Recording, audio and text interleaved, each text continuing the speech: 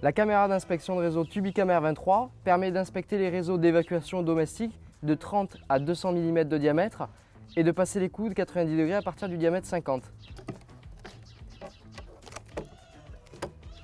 On va commencer par connecter le câble de batterie à son emplacement. On pourrait également travailler sur secteur.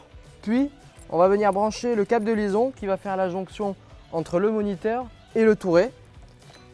Donc il y a des détrompeurs, on insère, puis on vient visser. Puis on vient faire de même au niveau du touret. On insère également et on visse. On va faire passer la fibre dans le crochet, puis insérer la tête de caméra au bout.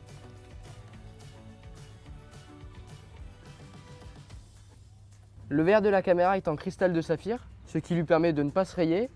D'autre part, elle est étanche jusqu'à 10 mètres sous l'eau, autrement dit 2 barres de pression. Le jonc est de 30 mètres de base, gradué, et on peut l'avoir en option en 40 mètres, et ou le compteur métrique, c'est-à-dire la distance parcourue qui s'affiche à l'écran. Avec le module compteur métrique, il y a le bouton Reset qui permet de revenir à zéro lorsqu'on est à l'entrée de la canalisation.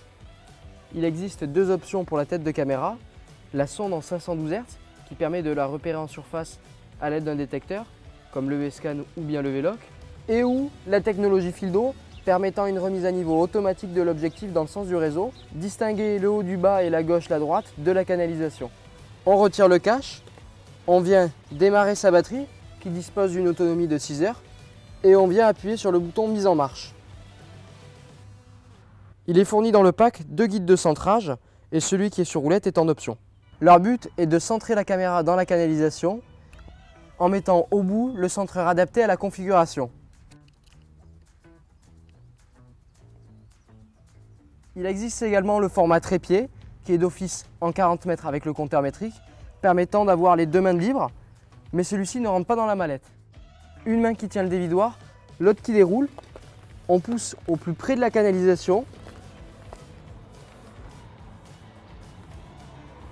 Pour obtenir un meilleur confort de visualisation au niveau de l'écran, il est possible d'ajuster les paramètres en appuyant sur Menu, Conf, le paramètre à ajuster, puis bas ou haut pour augmenter ou diminuer sa valeur.